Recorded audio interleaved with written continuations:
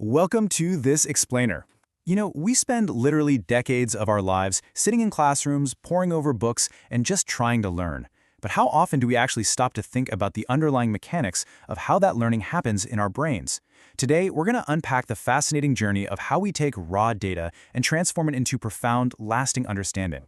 So, let's kick things off with a pretty fundamental question. What is knowledge, really? We've all crammed a list of facts for a test, passed the exam, and then completely forgot everything by the next morning, right?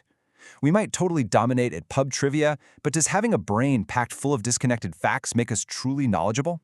As it turns out, having a mental encyclopedia of trivia is not the same thing as possessing actual knowledge. To really understand why, let me share a quick story. Think about a curious kid named Raju who just loved collecting random facts. He would proudly announce things like, "The sun is a star," or "Elephants have big ears," and he honestly thought this made him incredibly wise. But one day, his grandmother handed him a pot of soil and a single mango seed. She looked at him and said, "Raju, here is information. This is a mango seed. Now go and know it." So Raju planted it, he watered it, and he watched the roots dig down into the dirt while the leaves reached up toward the sun. And it hit him. His previous facts were totally empty compared to this lived experience. His grandmother's lesson is absolutely crucial, and it's our core metaphor for today. Information is just a seed. You have to actively grow it to actually call it knowledge. Okay, let's dive into this. Section 1. The meaning of knowledge. You see, information is basically just raw facts and data. Knowing that water boils at 100 degrees Celsius, that's information. A digital thermometer knows that, but it certainly doesn't understand thermodynamics. Knowledge, on the other hand, is a meaningful organization of those facts. It's understanding exactly why water boils, how atmospheric pressure affects that boiling point, and then actively applying that truth to, say, cook food faster or design a pressure cooker. True knowledge requires heavy lifting reasoning and purposeful application. It's an active sport, not a spectator one. Moving right along to Section 2, Types and Sources. Experts actually break down what we claim to know into 5 main categories. First up is a priori knowledge.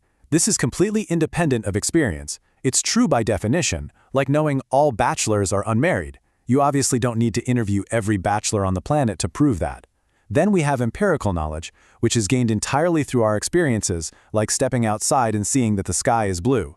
Next is authoritative knowledge, which we accept from experts, like trusting a doctor's prescription.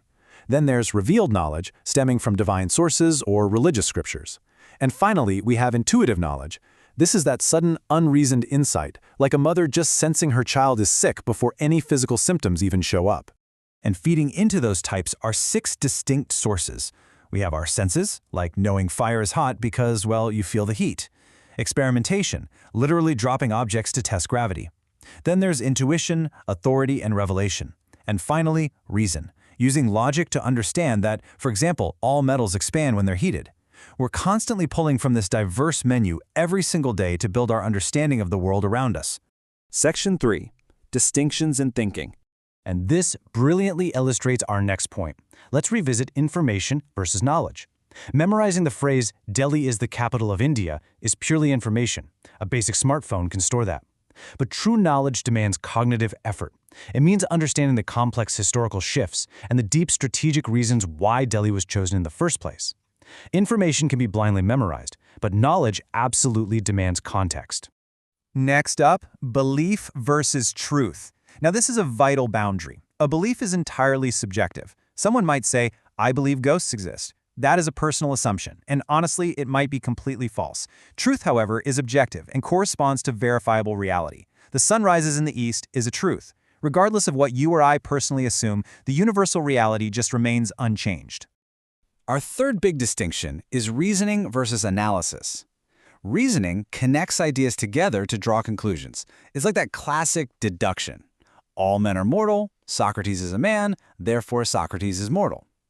Analysis does the exact opposite. It dissects. It's breaking information down into its component parts. Think of it exactly like taking a car engine apart just to see how the individual pistons and valves work together. Reasoning builds the bridge, while analysis inspects the individual bricks. All right, Section 4. The Constructivist Framework.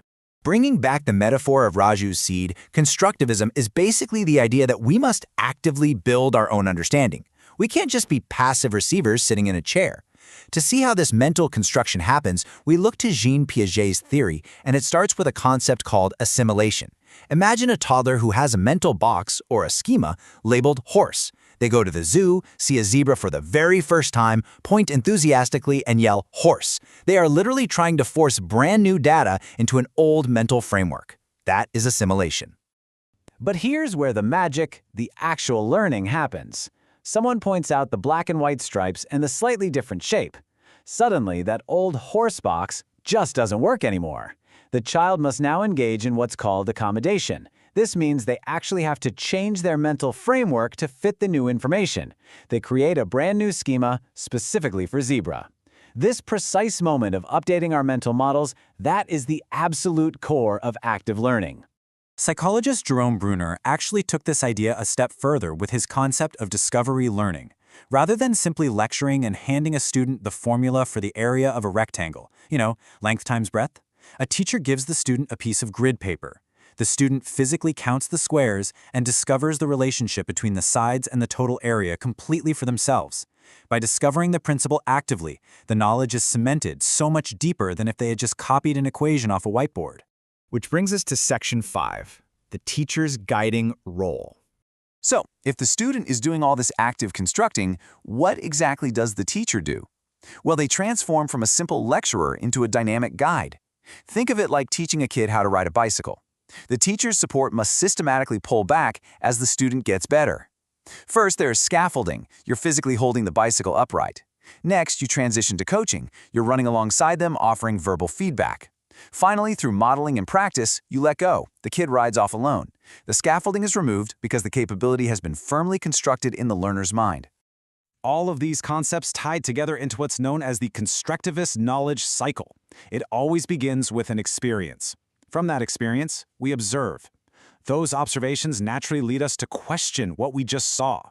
We then act on those questions, maybe by trying an experiment or just digging a little deeper.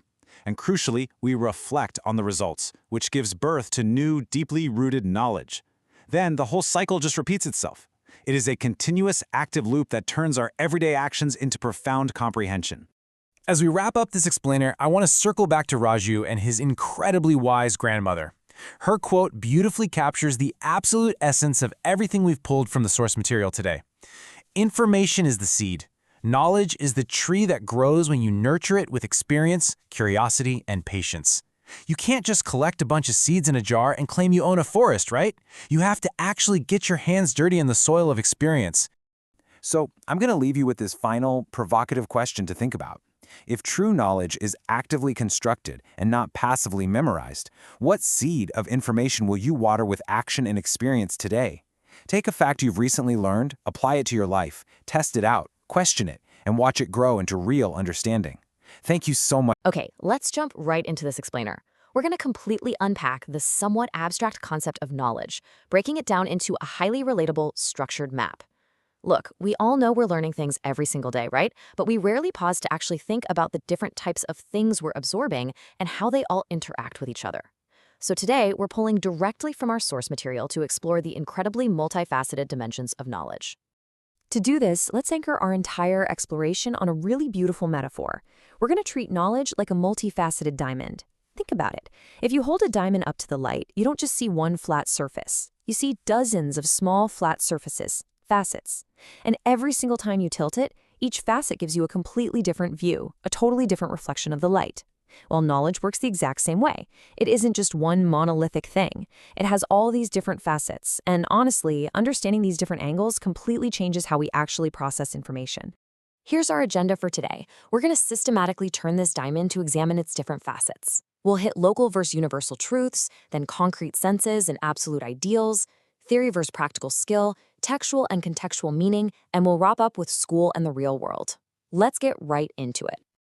Starting with Section 1, Local versus Universal Truths, the leaf and the root.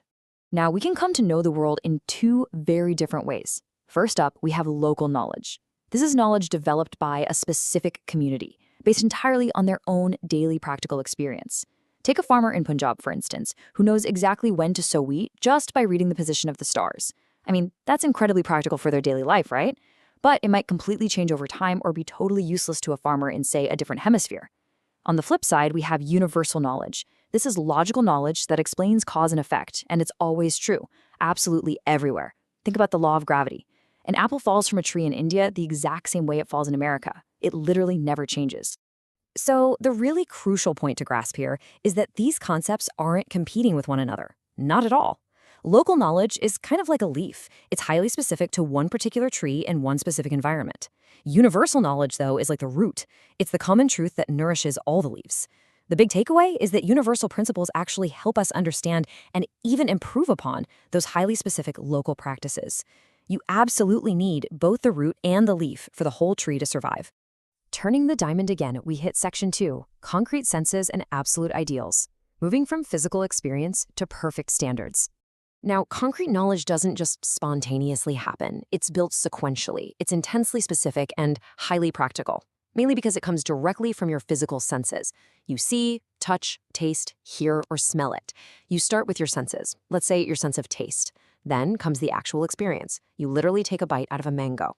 And finally, you arrive at concrete knowledge. You know, for a fact, hey, this mango's sweet. Why? Because you just tasted it. It's undeniable physical experience.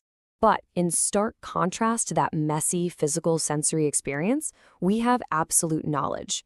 This is a totally different facet of the diamond. Absolute knowledge is 100% complete and always true, with absolutely zero exceptions. It serves as an ideal, a perfect standard. For example, knowing that a true circle is completely round. You're never going to find anything in the real physical world that is more round than a true mathematical circle. Certainly not the tires on my car, that's for sure. Or take the fact that all bachelors are unmarried. It's a final, unchanging truth.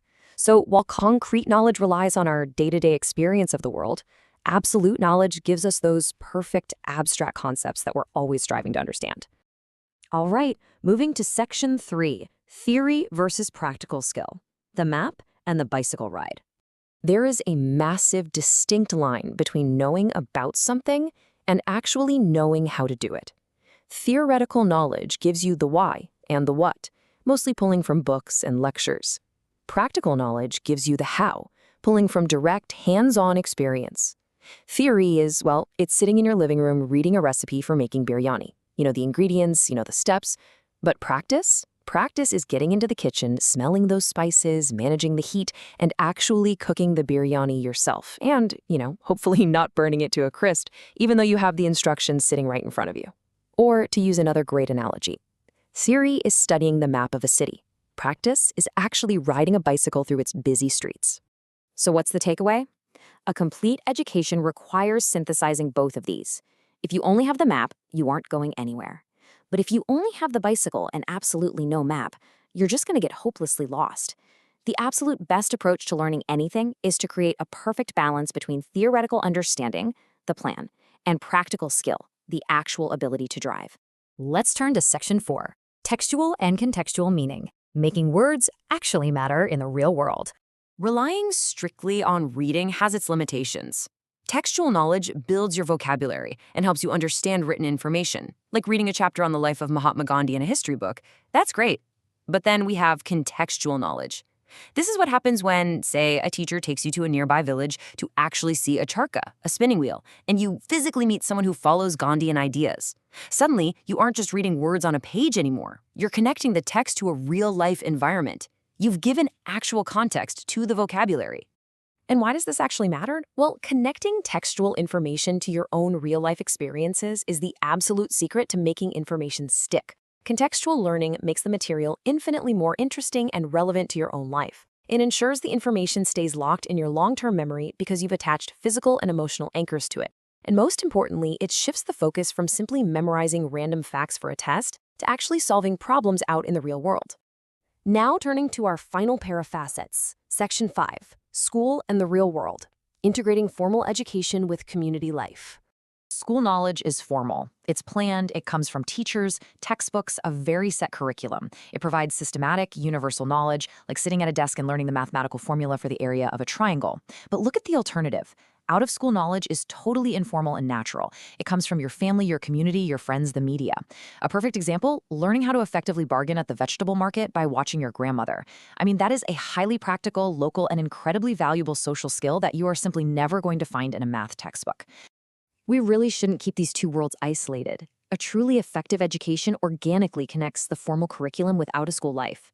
Think about an integrated project, like setting up a community garden. You're using the science you learned in a classroom, the language and social studies required to actually organize the community, and you're combining all of it with the practical, hands-on knowledge of the neighborhood. The school absolutely must work with the community.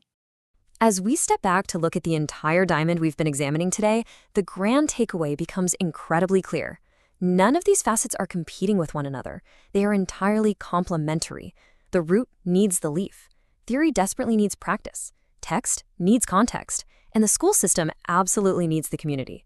Integrating all these different ways of knowing is literally the only key to achieving a complete, well-rounded understanding of our world. To leave you with a final thought from our explainer today, I want you to take a hard look at your own learning habits. Ask yourself, which facet of knowledge are you currently neglecting? Are you spending way too much time staring at the map of theory and not enough time actually jumping on the bicycle of practice? Or maybe you're doing things out of pure habit without understanding the universal principles behind them. Think about how you can better combine these facets in your own life to truly master whatever it is you're trying to learn. Thanks for joining me, and I'll catch you on the next explainer. I want you to just close your eyes for a second. Try to remember the sheer physical weight of your childhood school bag. You know the exact one I'm talking about. Just stuffed to the zipper with heavy textbooks, digging right into your shoulders every morning as you walk to school. And right along with that physical weight, try to recall that mental dread of mindless rote memorization, just staring at a page until the words literally blur together, trying to cram facts into your head for a test. Well, we've all been there. But what if I told you education wasn't actually supposed to be built that way? Welcome to This Explainer. Today, we're going to completely reconstruct how we think about education by unpacking the foundations and frameworks of modern curriculum development. Okay, so let's dive right into this by introducing a really simple mental map to keep us on track. Think MDU. First, the meaning of curriculum. Second, the development principles. And third, understanding the NCF 2005. That is our roadmap to demystify this whole topic. Let's kick things off with that M, the meaning of curriculum. And look at how it goes way beyond just a basic syllabus. To really get this, we have to establish right out of the gate that the architectural foundation of education is much, much more than a static, boring list of subjects. We actually need to subvert our usual expectations here. You see, the word curriculum originates from the Latin word currere, which simply means to run. So a curriculum is quite literally a course to run. It's the actual path a student follows to reach their educational goals. It's not just a textbook. It's the totality of all the experiences a child has in a school environment. So we're talking about classroom lessons, for sure, but also the sports, the art, the music, the projects, the exams, and crucially, even the relationships formed there. It's the entire journey. Now, I want you to really let the poetry of this next idea sink in. Educational theorist Cunningham says, "The curriculum is the tool in the hands of the artist to mold his material according to his ideals in his studio." Think about that beautiful metaphor for a second. The teacher is the artist. The pupil is the material being shaped. The objectives are the ideals, and the school itself, well, that's the studio. It completely shifts your perspective, doesn't it? Education isn't some rigid assembly line. It's a creative studio. And because it's a living tool in that creative studio, its nature has to reflect that reality. A true curriculum is absolutely child-centered. And because kids aren't identical blocks of clay, it has to be dynamic and flexible, adapting to the times rather than being fixed in stone forever. It seamlessly integrates those hard academic skills with co-curricular activities. And why? All for one singular focus, the overall development of the student's personality. Moving right along to the DNR map, development principles. Let's look at the actual blueprints of curriculum construction. If the school is the studio and the curriculum is the tool, well, we need blueprints to construct a sturdy educational house. And every strong structure needs pillars. We start with a philosophical base. This defines our aims, like instilling democratic values. Next, we apply psychology, asking how children actually learn, leveraging concepts like constructivism. The third pillar is sociological, which looks outward at what society needs right now, like national integration. And finally, the technological pillar ensures seamless ICT integration into the modern learning environment. Now, sitting right on top of those pillars are the 6 rules of construction. The curriculum absolutely must be child-centered and flexible, adjusting to individual minds instead of forcing them into a rigid mold. Third, it relies on correlation, meaning you connect history directly to geography so the real world actually makes sense to the student. Fourth, it prioritizes being activity-centered, so learning by doing. Fifth, it focuses on real-life utility. And sixth, above all, it remains forward-looking. We're preparing students for tomorrow, not just the past. But let's pause here for a second. What happens when we just completely ignore those beautiful pillars and rules? What happens when learning simply becomes a burden? I want you to think back to that incredibly heavy school bag we talked about right at the beginning. Think about the pure exhaustion of memorizing things you don't even understand just to pass the test. When the framework collapses, it's the student who gets crushed under the weight of it all.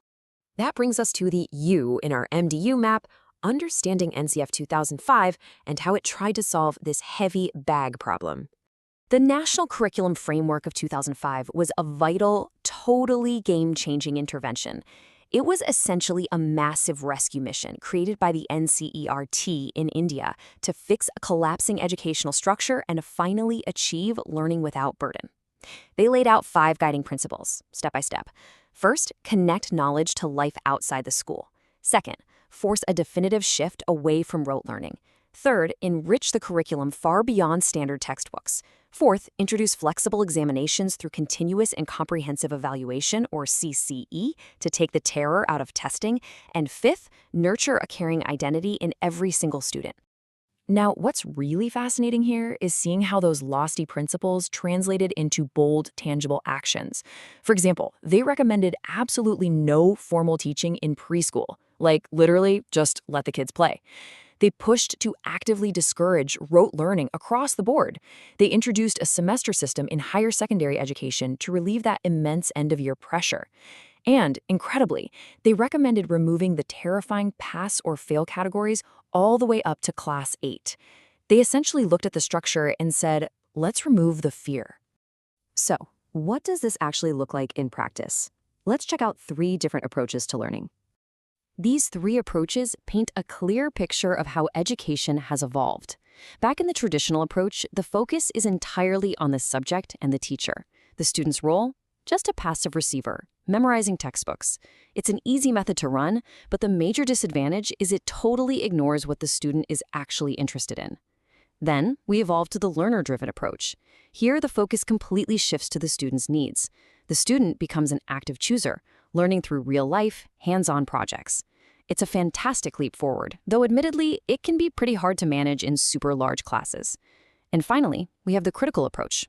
The focus here is massive, social change.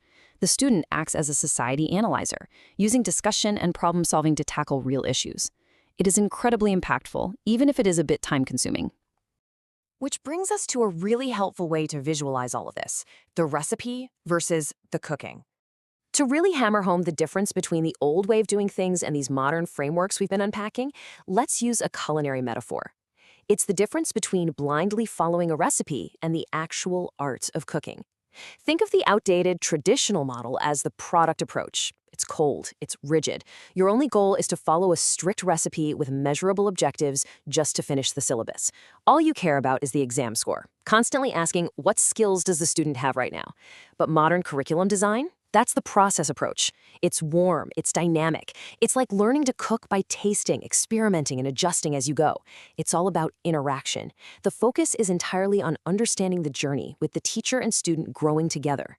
Instead of asking about the final product, it asks a far more profound question. What is the student actually experiencing? So, I want you to take a second and look back at your own educational history, and then think about how you approach learning new things today. I'll leave you with this question. Is your learning a strict, joyless recipe just designed to pass a test? Or is it an active, evolving journey where you are the artist of your own understanding? Think about that the next time you pick up a book or try to master a new skill. Thanks so much for joining me on this explainer, and keep exploring. Welcome back, everyone. If you're an educator, an administrator, or honestly, just someone fascinated by how we actually shape human learning, you are absolutely in the right place today. We're going to step into the shoes of an architect, But instead of designing skyscrapers, we are taking on the architect's journey of demystifying curriculum design and development. Think of this explainer as your personal set of blueprints. We're going to break down exactly how educational experiences are built straight from the ground up. Okay, let's dive right into our agenda. Stop 1. Map versus building. 2. 3 design blueprints. 3. The development process. 4. Why do curriculums change? And finally, 5. Teachers as curriculum designers. Let's get to it. Starting right off with Section 1, Map versus Building, we really need to understand the core difference here before we go any further. And this brilliantly illustrates that difference. Look at the left side, curriculum design. That is your map. It's the static plan, the final blueprint of exactly what will be taught. But over on the right, that's curriculum development. That is the active, step-by-step construction site where you make that plan a reality. If design is sitting at a desk drawing the blueprint of a house, development is actually pouring the concrete, laying the bricks, and putting on the roof. Now, to actually build this house, you need your raw materials. When you're developing a curriculum, you're constantly making these interconnected, real-time decisions. You have to identify the core issue, like why are we even teaching this? You have to know your learners. Who are they? What do they actually need? You set clear, measurable objectives to define the what. You figure out the teaching methods for the how. And finally, you have to evaluate if the learning actually stuck. Those are the absolute crucial elements of your building process. So, moving on to Section 2, 3 design blueprints. Because every great building starts with choosing the right framework. Now, what's really fascinating here is how the village school story shows the exact same river topic taught through 3 completely different paradigms. Imagine a school right next to a river. In a discipline-centered model, the focus is strictly on the subject matter.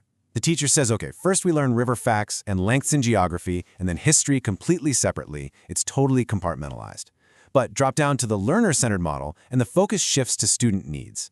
A student asks, hey, why is our river drying up?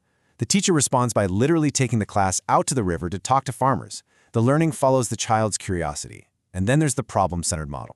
This tackles real-life issues. The village has a water shortage. The teacher uses this one single problem to teach chemistry through water testing, math by calculating rainfall, and language by writing a letter to the local government. It's one real problem bringing every subject together. And this highlights a massive modern pedagogical shift, heavily inspired by foundational thinkers like Dewey, Piaget, and Vygotsky. In that learner-centered approach we just talked about, the teacher is no longer this rigid boss dictating facts at the front of the room. Instead, the educator becomes a facilitator, a guide who actively nurtures the learning process.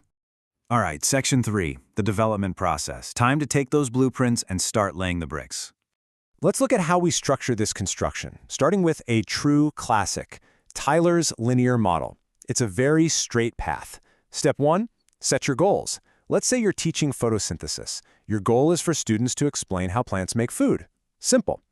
Step 2, choose learning experiences. Maybe you show a cool time-lapse video and actually grow a bean plant in class.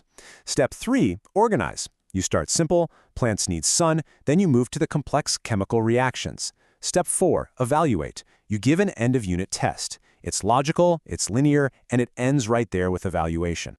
But teaching isn't always a straight line, is it? While Tyler's model just stops at evaluation, Wheeler's cyclical model is a continuous loop. Picture this. You're teaching a fruit unit to Class 2. Your aim is for them to identify 5 fruits. You show them local ones like mangoes and exotic ones like a kiwi. But during the evaluation, you realize pretty much every child forgot the kiwi. Now in Tyler's model, you're done. But in Wheeler's model, that evaluation feeds directly back into the start. You redesign the next cycle's aims. Actually, scratch the exotic stuff. Next time you focus just on 3 local fruits. The building process never really stops improving. And honestly, to take it even one step further, Kerr's model recognizes that in complex building projects, every single element impacts the others simultaneously. It's not just a line, and it's not even just a cycle. Your objectives, knowledge, experiences, and evaluations are a web. They're all continuously connected. Let's see how this actually builds out in the real world across 4 practical phases. Imagine a school noticing children are crossing the street completely unsafely.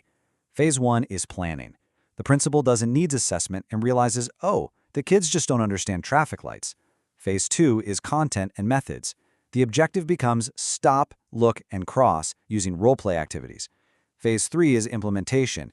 They literally build a giant cardboard traffic light, train the teachers, and practice out in the schoolyard. And finally, phase 4 is evaluation and reporting. 2 weeks later, they observe the kids. Guess what? 80% are crossing correctly. They report this success, which secures the funding to do it all over again next year. Now, throughout those phases, we are doing 2 distinct types of checks on our structural integrity. Formative evaluation happens during the development. This is when you are laying the bricks and making sure the wall is straight so you can fix it right then and there. Summative evaluation, on the other hand, happens at the very end. Once the house is totally built, you measure the overall impact to see if the place is actually livable. Which brings us to Section 4. Why do curriculums change? Because, as we know, any good building has to adapt to the weather around it. So, I want to pose this question directly to you. Why don't we just find one single great curriculum and use it forever? What makes the massive effort of completely renovating our educational plans so necessary? Well, the answer is pretty simple. We changed to remove outdated, unnecessary content that just doesn't serve us anymore. We have to make room to add new knowledge and rapidly evolving technology. We adapt to match shifting student interests. And honestly, most importantly, we change to connect school directly to real life, stepping away from the heavy burden of stress and rote memorization. And the crucial point is right here. These changes are driven by powerful outside factors. Take the story of a rural school suddenly adding computer science. Why did that happen? Politically, the government launched a Digital India initiative. Economically, local companies needed workers who knew Excel. Technologically, cheap laptops finally arrived in the village. Socially, parents started demanding these skills for their kids. And psychologically, research showed that 10-year-olds can absorb programming incredibly fast. The curriculum simply had to adapt to all these combined forces. All right, entering our final phase, Section 5, Teachers as Curriculum Designers, the Master Builder. The role of the teacher has transformed entirely from what it used to be. The old school paradigm was all about strict textbooks, super stressful year-end exams, and rote memorization, like just forcing kids to memorize a giant list of state capitals. But the new school paradigm, which is beautifully exemplified by frameworks like India's National Curriculum Framework of 2005, shifts completely to active learning. Instead of memorizing a dry list, children act out a unity and diversity skit. They learn the states naturally through an experience. Exams become flexible, maybe open book, and deeply connected to the real world. To really empower this modern master builder, the NCF 2005 laid out these 5 guiding principles. Connect knowledge to life outside the classroom. Absolutely stop rote learning, or ratamana. Go far beyond the textbook. Make exams flexible so they don't terrify the children. And ultimately, build democratic, caring values within the students themselves. Because at the end of the day, teachers are not just blindly following a map. They are the active creators of the building. Take the story of Miss Mira, a Class 5 teacher. When she has a blind student in her class, she actively adapts the curriculum by making tactile diagrams. When a student finishes early, she creates extra puzzles. When the textbook is just too dense, she rewrites the pages. She helps revise the materials, she chooses the assessments, and she ensures all the state standards are met while adapting to every single unique learning style in her room. Which brings us to this incredibly powerful sentiment. There is a profound line, originally in Hindi, Teacher sirf padhata nahi, balki curriculum ko bhi shape deta hai. Translated, it means a teacher doesn't just teach, they shape the curriculum. The master builder takes the theoretical blueprints, looks at the environment, and crafts a learning experience that actually works for the human being standing right in front of them. So whether you are drafting the initial map at a high level or laying the individual bricks right there in the classroom, you play a vital role. You are not just a follower, you are a designer. And I want to leave you with this final thought. How will you take these blueprints and shape your classroom tomorrow? Keep building, keep adapting, and I will see you in the next explainer.